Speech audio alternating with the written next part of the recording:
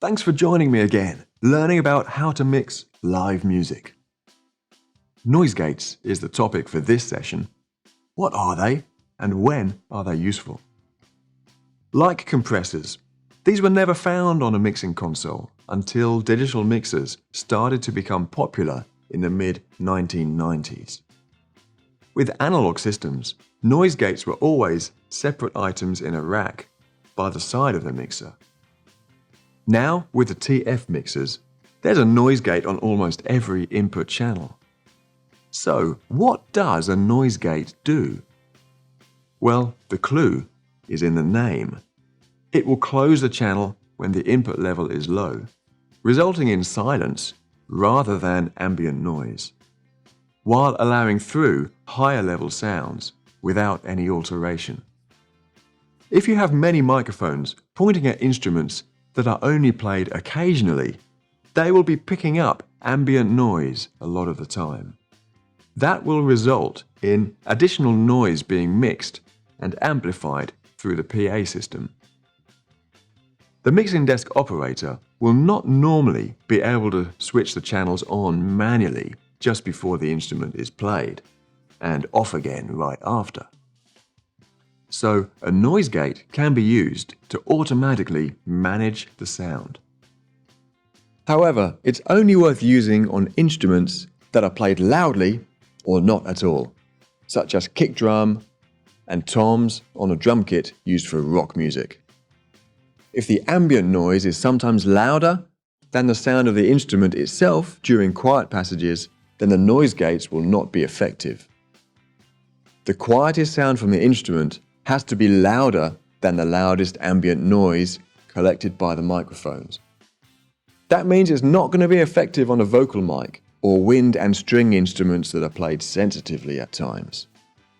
Even snare drums are often played quietly with so-called ghost notes or by using brushes, so they may not be suitable for use with a noise gate.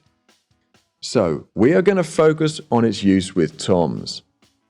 If you have individual tom mics, while the toms are not being played, they'll be picking up sounds from all the other drums, and this could unbalance the overall sound of the kit, so it's useful to cut their sound while they are not being hit. It'll make the overall sound of the drum kit more manageable, and will make the toms sound more pronounced when they are played. So let's see what parameters are available to us on a typical noise gate. We'll need to look at the TF mixer for this. The most important parameter is the threshold. This is the point at which the noise gate opens and closes. Look at the input level meter to the left. Set the threshold to just above the ambient noise, but below the level when the drum is hit. Then let's consider the range. This determines whether the gate fully closes or just partially closes. For our situation, we'll keep the default range of -50 dB or so. That means the sound of this channel will be reduced by 50 dB when the tom is not being hit. Next we have attack, hold and decay times. These can be used to shape the sounds creatively, but we'll use them to keep the natural sound of the drums. Make the attack time very short, 0 or 1 milliseconds, so we don't lose the fast transient response of the drums. Next, set the hold time around midway, between 20 and 50 milliseconds. This determines how long the gate stays fully open after the sound starts to get quieter below the threshold level again. Lastly, the decay determines how long it takes the gate to close after the hold time is completed and the input goes quiet. With the decay, we can control how much ringing is let through after the drum is hit. Somewhere between 100 and 200 milliseconds is a good place to start. Remember, the sound of the toms will also be picked up a bit by the drum overhead mics, so we won't be able to completely eliminate any ringing from the toms by using the noise gates. But the gates will help a lot. Take a listen to these recordings. In the first clip, you can hear snare drum and cymbals a bit, and a continuous roar from the floor tom in particular.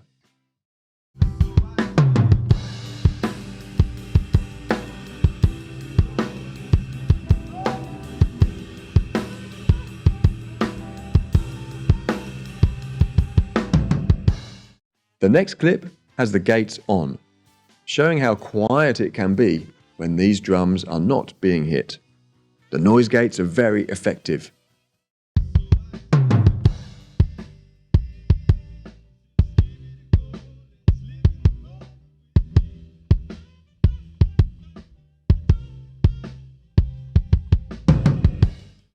Now listen to the whole drum kit with the gates off.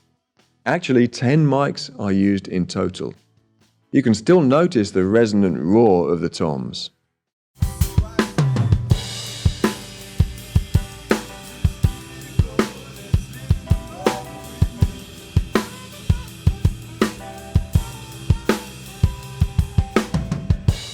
The last example is the whole drum kit with the tom gates on. The sound is much clearer and well defined.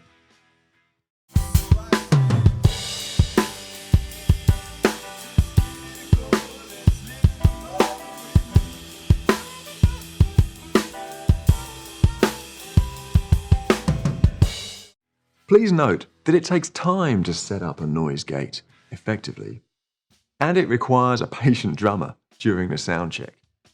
It's probably the hardest live audio tool to set up, so don't rush out and use it immediately on your next gig. Find time to practice with noise gates during a band rehearsal or by using a live multi-track recording. Well, I hope you've enjoyed today's brief study of noise gates. We've almost completed our live music mix, but we haven't yet added any effects. We'll look at that soon, but next time we're going to apply compression to the output channels, both for safety and for polishing the overall mix. See you again soon.